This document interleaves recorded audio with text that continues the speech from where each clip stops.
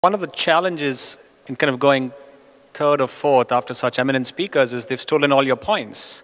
So you're stuck with kind of either agreeing with them or trying to create something new, right? So I want to start off, first of all, by kind of repeating or validating what both Gautam and Ram have said, that we want to remove the word debate because it's not really a debate, right? None of us here think it's a debate.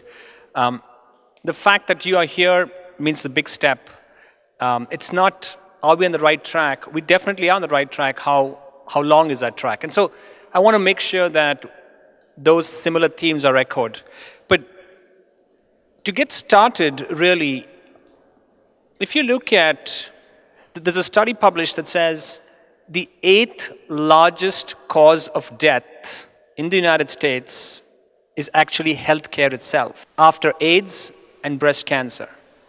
So just think about that for the moment. The 8th largest cause of death in the United States is healthcare itself, right? So a dialogue like this, a discussion like this is extremely critical for us. So we say, how do we ensure that that's not repeated here in India? Or how do we counteract some of those? So what I want to do for the next couple minutes is really focus on the two words that frame this discussion: innovation and sustenance. So I'll start with sustenance first. There are a variety of different ways to do sustenance. But if you think about, like Mr. Sangeeta said, we're still talking about hand wash, right? How many hospitals here don't mention hand wash because they feel they've accomplished it? Probably none. If you go to the United States, people are inventing new technologies to monitor hand washing.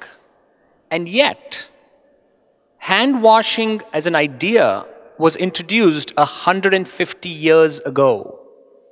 And here we are, 150 years later, man on the moon, men and women in space, and what do we focus on? Hand washing, right? So, adoption, compliance, and sustenance is a real important topic. We can innovate, we can make the best technologies, but actually if they're not complied to, there's going to be a significant challenge. And the simple hand washing example talks about that. When I worked for GE for several number of years, and I led the RFID business for them in Europe. And one of the solutions we offered was, how do we measure hand wash compliance? We said, let's put a badge on the employee.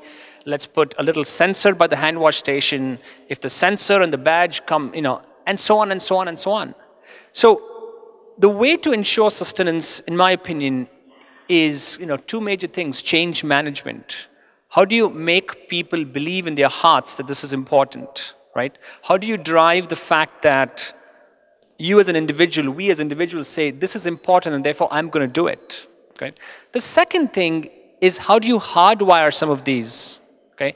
In the lean space, in the manufacturing space, we use the word pokayoke. It's a Japanese word which means foolproofing, right? How do we bring foolproofing into healthcare? It's not people, we don't make mistakes because we want to make mistakes. We don't forget to wash our hands because we want to pass on infection.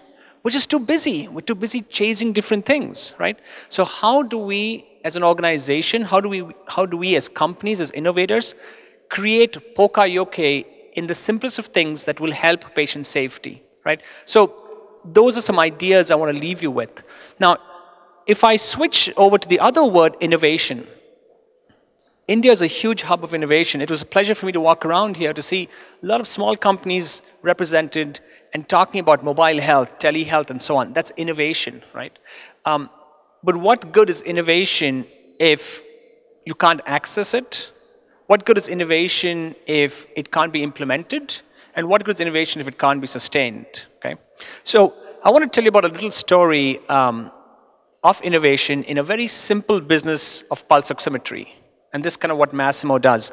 So for a lot of the clinicians in the room, pulse oximetry is the non-sexy stuff, right? Everybody's inventing the fancy dyes, the Da Vinci robot, and so on. And Masimo, the company that I represent, 20 years ago said, hey, why should pulse oximetry not work when there is motion? It doesn't make sense. The sickest of patients move. The sickest of patients have very low perfusion, and therefore, let's solve that problem, right? So we are the only company that's created the read-through motion pulse oximetry, which is great.